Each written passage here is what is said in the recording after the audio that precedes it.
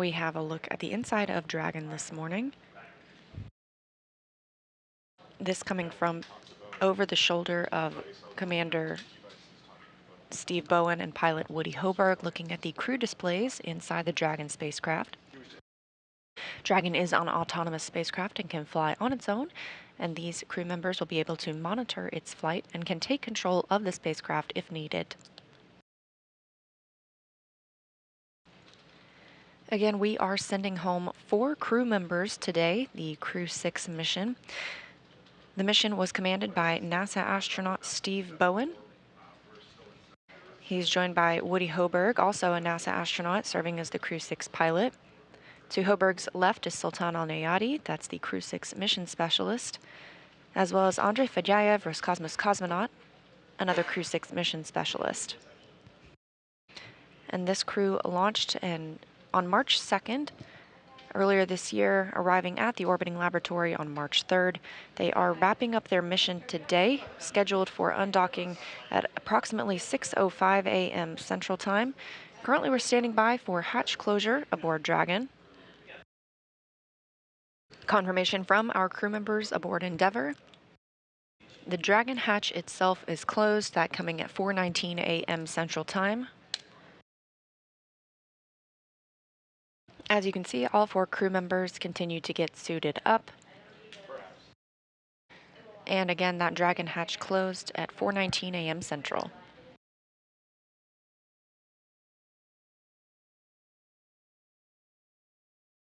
Our crew members on Crew 6, NASA astronauts Steve Bowen, Woody Hoberg, United Arab Emirates astronaut Sultan Al-Nayati and Roscosmos cosmonaut Andrei Fedyaev, preparing to return home after 184 days aboard the orbiting laboratory. Dragon, we had successful intercom checks. That's 5.2 and 4.010. It's Sunday, September 3rd, here at Spacex headquarters in Hawthorne, California. We expect Dragon to push away from the space station at 4:05 a.m. Pacific, 7:05 a.m. Eastern with our Crew 6 astronauts. The crew is currently suited up and in the Dragon, and the station hatches are sealed and in preparation for departure. Standing by for undock burns 1 and 2.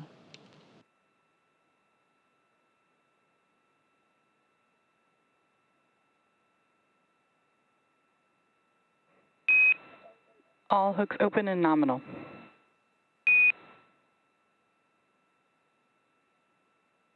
Copy, see the same.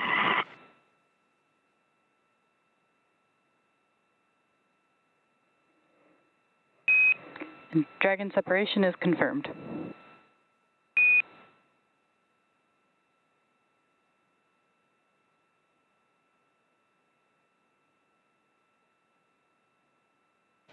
At 6:05 a.m. Central Time, and after 184 days on the International Space Station, Dragon has departed the orbiting laboratory, traveling 256 statute miles over the Pacific Ocean.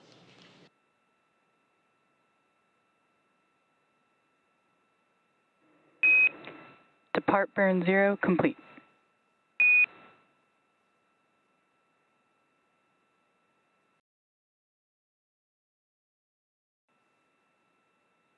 And with the successful undocking, again, that coming at 6:05 a.m. Central Time, right on time, Dragon, Endeavour, and Crew 6 begin their journey back to Earth.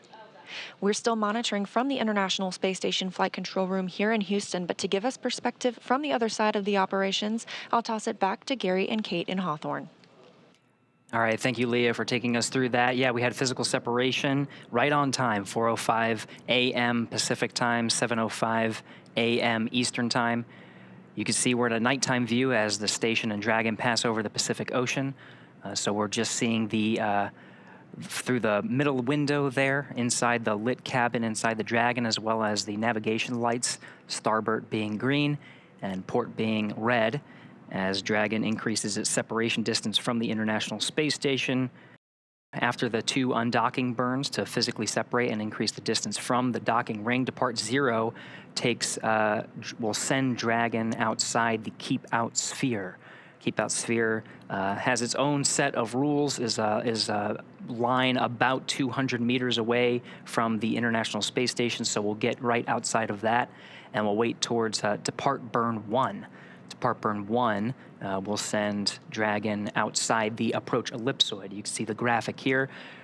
Dragon's trajectory will take it zenith. It'll take it above the International Space Station, and from there it will slow down until it executes Depart Burn 2, which allows the Dragon to decrease its altitude and get to a trajectory about 10 kilometers below the International Space Station in a co-elliptic orbit. For this particular trajectory to meet up with the landing location, the prime location of Jacksonville, Florida, the trajectory allows for 5 departure burns. So we'll see that executed over the next 17 hours until splashdown. We do have a correction to that splashdown time. We're aiming for 12:17 a.m. Eastern Time, which is 9:17 p.m. Pacific Time. And that's again off the coast of Jacksonville, Florida. We hear Depart Burn 1 is complete and nominal. That's a good Depart Burn 1. Again, that sends a trajectory of Dragon outside the Keep Out Sphere and approach ellipsoid. We'll continue our coverage until Dragon exits the approach ellipsoid, which will end joint operations between the Dragon and Dragon teams here in Hawthorne and the International Space Station Flight Control teams in Houston. Dragon SpaceX on the big loop. Depart Burn 1 is complete and nominal, and with that, you are go to doff your suits per procedure 4.012, and I'll go ahead and take the cameras external. And just a reminder that ground will be deactivating the big loop following exit from the approach ellipsoid.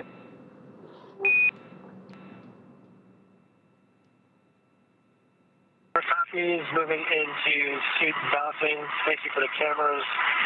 And thank you, ISS. It's been an amazing 6 months. It's Crew 7 and 69 Soyuz. Continue Expedition 69 and into 70. Enjoy your visit, and we'll talk to you back on Earth. And Dragon Station, we copy. We're going to miss you guys, but it's good to see you go and get back to your families. Great job on the mission. Godspeed, and we'll see you splashing down safely here in about 17 hours. Great job. So again, the crew has doffed their suits. It allows a little bit more comfort as they begin their journey, which will take more than 17 hours from the time of undocking to the time they actually touch down in the Atlantic coast.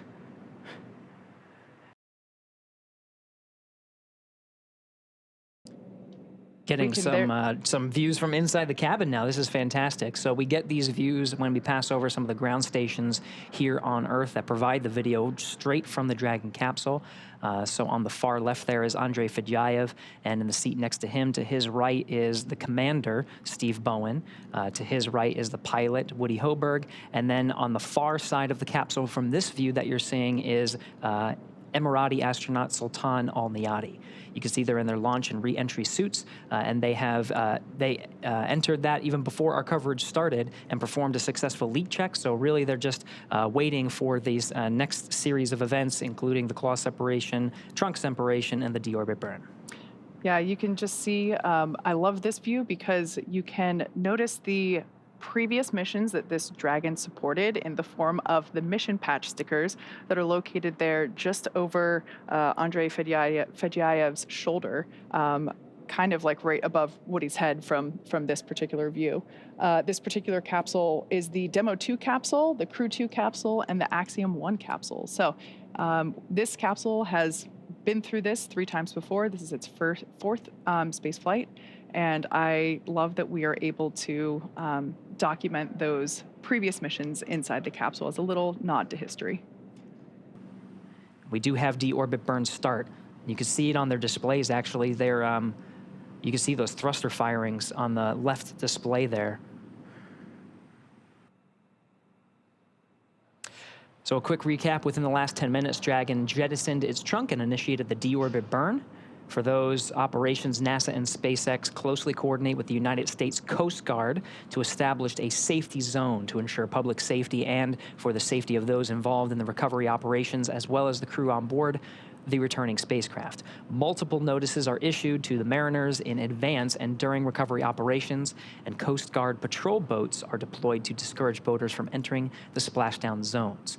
We want to stress to the public the need to respect this safety zone.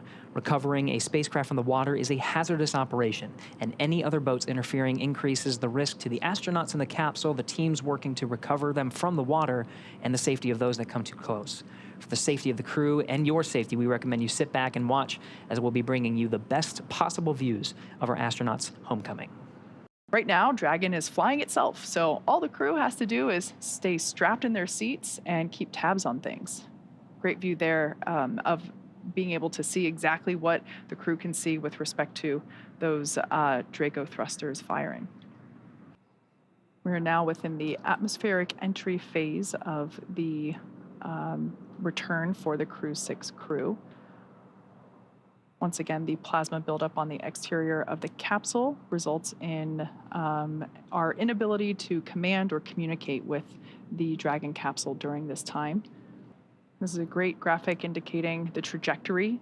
This is an ascending trajectory that Dragon is taking. So as Gary just said, over the Gulf of Mexico, across the Yucatan Peninsula of Mexico. So if you're tuning in from Central Florida, head outside right now, look up, because this looks like our first live view from the WB-57. That's right. This is a high altitude aircraft that has thermal imaging, so we're able to get some of those views of the Dragon vehicle in the middle of its entry interface. Again, we're about 4 minutes in. We have a tally-ho on the vehicle from the WB-57. And actually maybe about 5 minutes in at this point. So maybe a little bit more than 2 minutes. Again, there's some variation in the predicted 7-minute time period. It's not exact. We might hear a little early, a little later. There's that streak I was just mentioning. That's a live view, not thermal. This is heading towards the Atlantic coast of near Jacksonville, Florida. So a beautiful view, such a striking visual that we have for these nighttime splashdowns.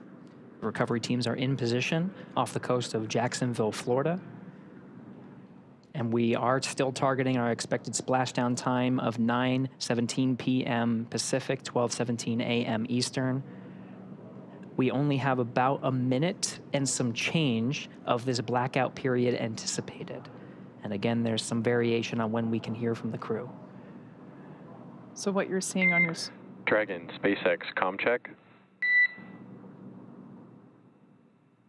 So at this point, we're going to hear SpaceX Core begin to hail. As Gary said, this blackout period is estimated. So we're now beginning to reach out to the crew to see if we've regained that communications capability. Dragon, SpaceX, comm check.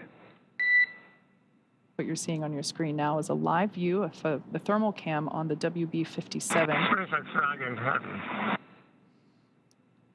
And we hear Crew 6 from inside the cabin on the back end of the blackout. Copy, Dragon. We see a healthy flight computer. Expect automated chute deployment. SpaceX Dragon, copy.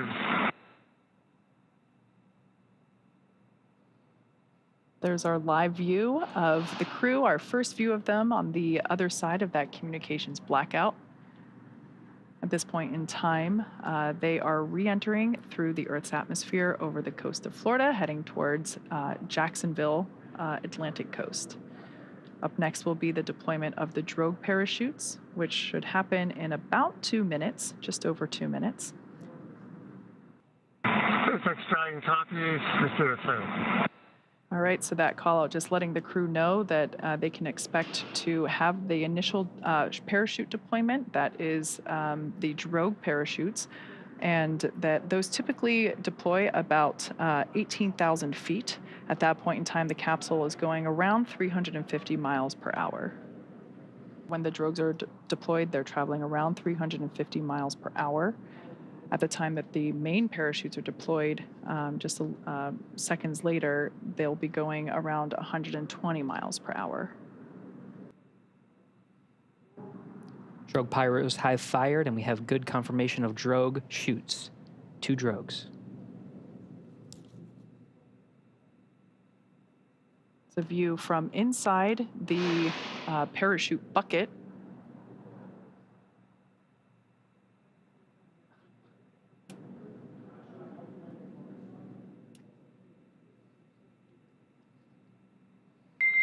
Dragon, nominal descent rate and recovery team reports a visual on 2 healthy drogues. Spacex Dragon copies, that's good news. Should see drogue chute jettison here momentarily. We'll see those 2 chutes that you see be released from the capsule, just like so, and release the 4 parachutes, now deploying. At this point in time, Dragon has saved all of its propulsion systems and is now has already terminated that nitrox suit and cabin purges. Those were helping to keep the crew cool during the reentry. Looks like we have 4 very beautiful and healthy main parachutes. Dragon, we see a nominal descent rate on 4 healthy mains. SpaceX Dragon copies, and SpaceX Dragon coming up on 1,000. So there's that confirmation. Copy, 1,000 meters. Confirmation of those 4 healthy chute deployments.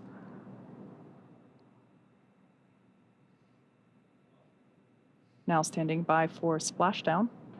At the point of splashdown, the capsule will be going about 15 or 16 miles per hour. Continuing to decelerate from a rate of from a speed of about 120 miles per hour. 800. So we will now begin Copy, 800. to hear Commander Steve Bowen call out the altitude as they approach the water surface. That is again in meters.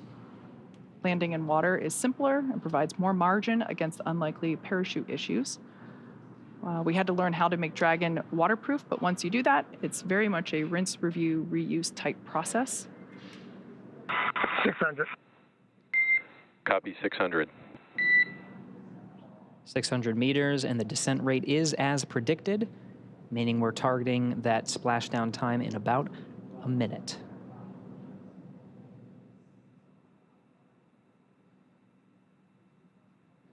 Live view of Dragon Endeavour with the Crew 6 team members on board, being held up by 4 beautiful main parachutes. Dragon, we see 400.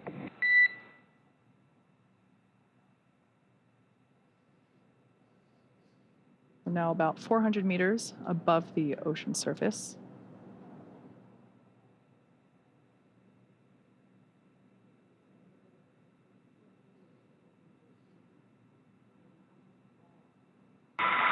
SpaceX Dragon 200 braced for splashdown. Copy, braced for splashdown. Again, the seats have been rotated in a position to take the loads of re-entry and parachute deployment as well as splashdown. The crew is braced. We are inside 100 meters.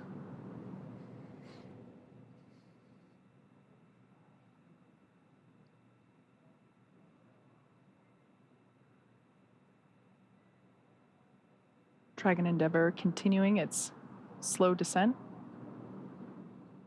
There we can see splashdown on screen. Those parachutes are then cut and released.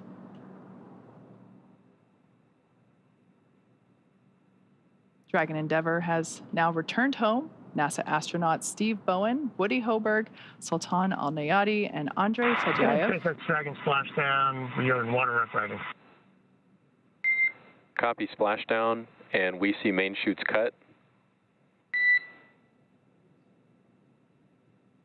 After a 17-hour return journey from space, Crew 6 is home. Thanks, SpaceX Endeavour. We greatly appreciate all the support from all the initial training through the launch, throughout the mission, keeping us abreast of all the status of the vehicle, and all the support all the way down. This has been incredible. Greatly appreciated. I look forward to working with you all again.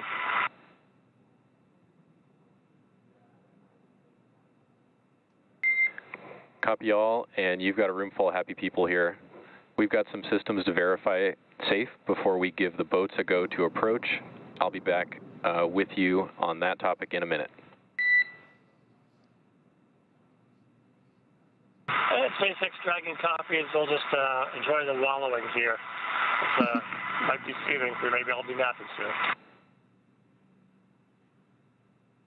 We do have a public affairs officer on recovery vessel Megan, Courtney Beasley, who is standing by and watching the operations unfold and providing some coverage from there. Courtney, can you hear us? Gary, I have you loud and clear. How do you hear me? Loud and clear. Courtney, we were very jealous, and we were talking a lot, Kate and I, about the views of Dragon's re-entry through the atmosphere and the plasma trail and the landing, of course, in the Atlantic Ocean. I can't imagine a person who had a better view than you. From your perspective on recovery vessel Megan, how was that landing? Gary, it was absolutely beautiful. We were about 1.5 nautical miles away from the landing zone, and we had a great view from the front of the ship. We were actually able to track the spacecraft. Starting when it broke the horizon, we heard the sonic boom loud and clear and tracked the spacecraft all the way down through splashdown. Dragon, SpaceX, There's something hypergol beautiful sweeps, about a and nighttime unfired ordnance splashdown. checks The nominal. only thing lighting the Rigging sky is up in tonight progress, was the moon, the and it's stars, approximately and Crew 25 6 minutes returning until back home capsule to Earth. lift. We did just hear a call out indicating that the sniff checks were successful, so the close approach team now has the green light to begin climbing on board the Dragon capsule, so we should see the recovery continue along. But I want to hear more from Courtney with her bird's eye, or with her live action view. That's right. Yeah. Back to you, Courtney. We just wanted to pause for some of those communications with the crew and just follow along on the action here. But really want to understand what it's like there. You got some beautiful views. We are seeing, some of the seas. I think that we're tracking about. We're tracking sea states and wind, and we were talking about weather quite a bit leading up to today's landing. From your perspective, how is the weather out there?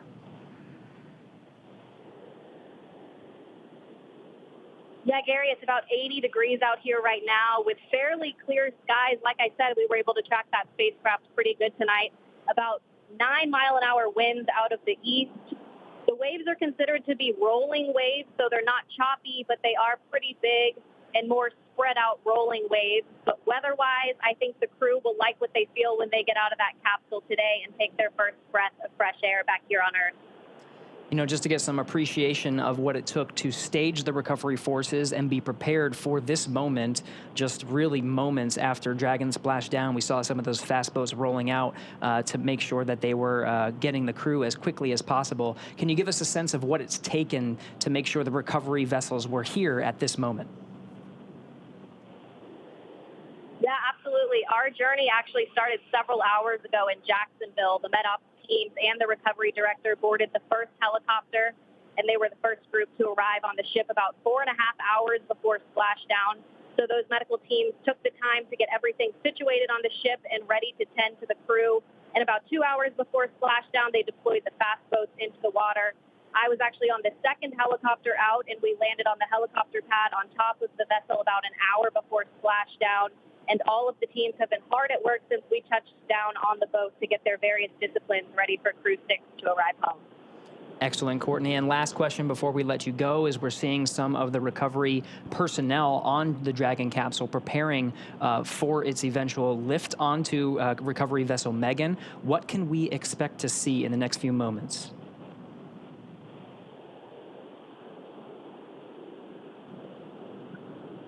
Yeah, Gary, so once the crew is out Copy. We of also the have you capsule, 5x5. they'll be Boats are working on you over to the and med rigging bay, up the where vehicle. the crew will I'll get back them to you checked out closer by to their capsule medical lift. teams, and we'll have the opportunity to take those spacesuits off and get comfortable back here on Earth. And then, of course, they'll run through those medical checks. They'll get back on the helicopter and head back to the airport where they'll board their plane back to Houston to begin their post-flight period. You're probably getting a better view than I am right now, so I'll let you walk through that. But back here on the ship, once the crew is off, they're not the only ones returning from space today. we'll actually stay here a little longer with the cargo team since there was International Space Station cargo returned on this flight. So once we get back to the airport, the cargo teams will begin doing cargo processing, taking photos of all of the articles that were included in the cargo, and they will pack all of that into box trucks that will take them back to various NASA centers. But Gary, an overall beautiful splashdown tonight, and I hope it was the same for you back in Hawthorne. Absolutely, Courtney. We've been getting some fantastic views. Thank you so much for that report. That was Courtney Beasley out on the recovery ship, providing live coverage from the landing site just off the coast of Jacksonville. We're back in the action now, seeing some of the views from the recovery vessel and the recovery operations team, including helicopters, fast boats, jet skis, and of course, we're getting views from some of the ships that are standing by waiting to actually pull Dragon out of the water. So at this point in time, the Dragon capsule has safed all of its systems. Mission Control did a systems check to make sure that that was true and accurate. They gave the fast approach teams the green light to approach and begin the rigging process, which is what we are now seeing underway. Additionally, they have recovered the parachutes from the water. So those were, we were able to see those being dragged onto a boat. And what we have now is there's one individual that we see kind of like a spider monkey crawling all around the capsule and attaching the necessary rigging, the straps. These are what will help to stabilize and lift the Dragon capsule out of the water and onto the recovery vessel.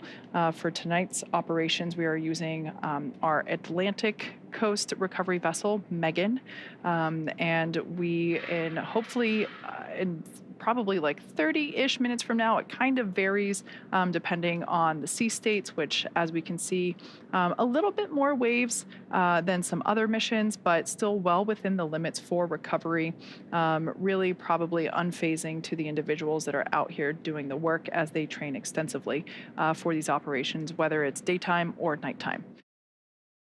That is the actual, the Dragon's Nest that we will be lifting the Dragon capsule onto. The lifting mechanism, it's kind of hard to tell right now, but that almost house-like structure over the end of the aft end of the boat will actuate downward, and then the straps will be used to lift the Dragon capsule, and then the whole thing will actuate back into the orientation that we see it here to help secure, or to place it and to secure the Dragon capsule in that nest. Dragon now in the air, the hydraulic lift being activated, and will be utilized to center Dragon on the nest there at the aft end of the vessel. I love this view because you can see the state of the heat shield. It did such incredible work during atmospheric reentry.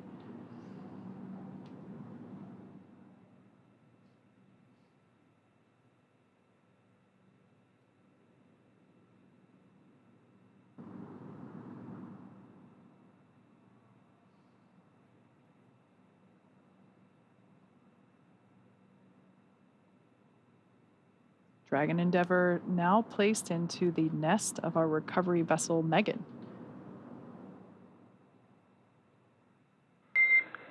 Dragon, I'm noticing the cabin lights are off. I'm wondering if you had them off specifically for re-entry. Spacex Dragon, we did, and you turned them on us. We're enjoying the nice calm lighting. What are you turning the back off again? Good. We're enjoying the lighting. We have to see what's going on outside this way. No worries on the lighting. Fine with the lights off. I'm imagining your re-entry was pretty amazing. Side hatch opening should be any minute now, and I think that's about it for me working with you all tonight. It's great to see you back. Steve, Woody, Sultan, Andre, happy to have you back home safe. And we're happy to be back, and we look forward to catching up with you again real soon. Take care. See, the recovery team is open and waving to the crew. First humans that the Crew 6 has seen on the ground in 6 months. Looks like we got some fist bump action, thumbs up. Seems like the crew is in pretty good spirits after their journey back home.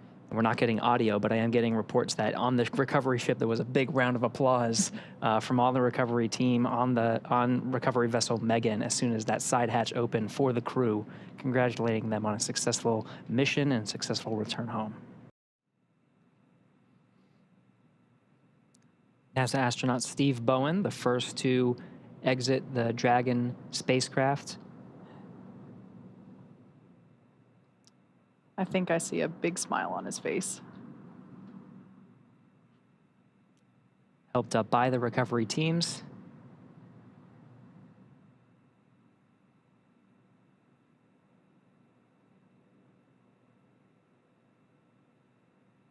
Now being seated in a rolling chair to help move him back to the medical bay, where he will get a quick checkout with the flight surgeon. And again, this is standard procedure. We can see some applause happening on deck. Looks like our pilot, Woody Hoberg, will be the next to egress. We are now standing by for egress of the remaining 3 Crew 6 members. We can now see Woody Hoberg making his way, pilot of Crew 6, making his way down the slide. Looks like some excitement, possibly some more applause happening off camera. Remaining inside are mission specialists Sultan Al-Nayati and Andrei Fedyayev. Commander Steve Bowen has already egressed. Some more applause there on the deck of the recovery vessel.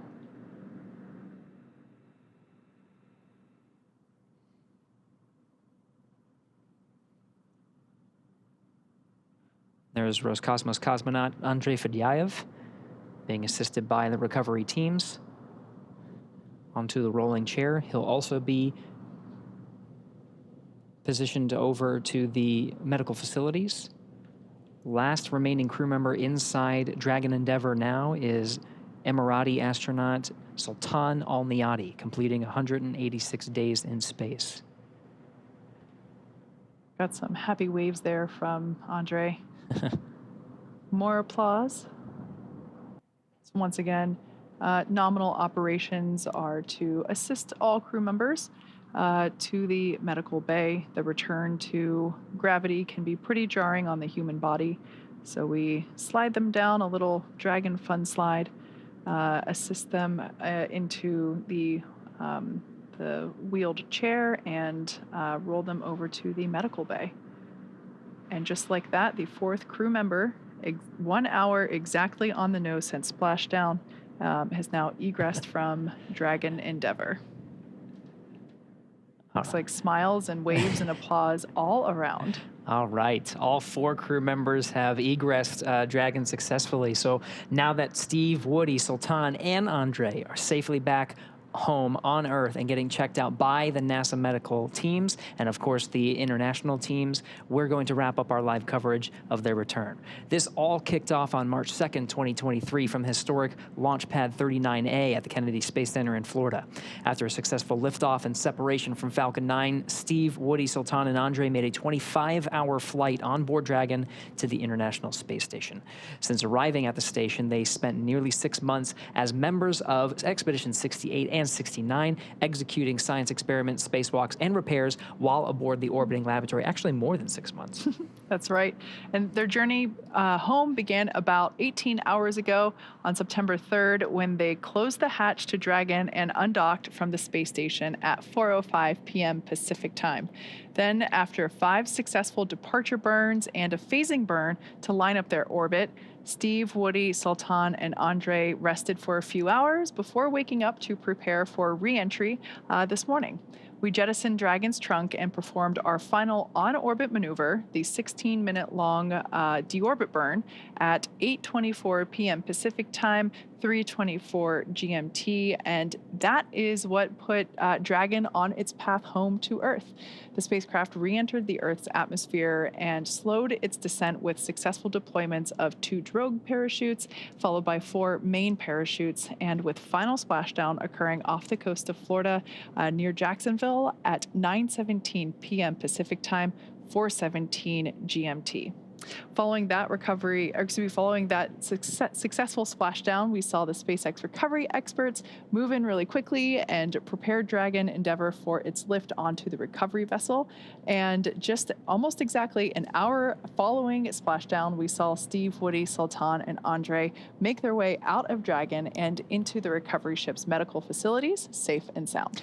So after the medical facilities and medical checks, they'll catch a helicopter flight back to shore where they'll transfer to the aircraft that will take them home. Steve, Woody, Sultan, and Andre will take a NASA plane for the short flight back to Houston, and later Andre will fly back to Russia and Sultan to the UAE. They'll be reunited with families to bring an end to the mission. It's been an honor and a privilege to share their journey with all of you as we continue in this new era of human spaceflight.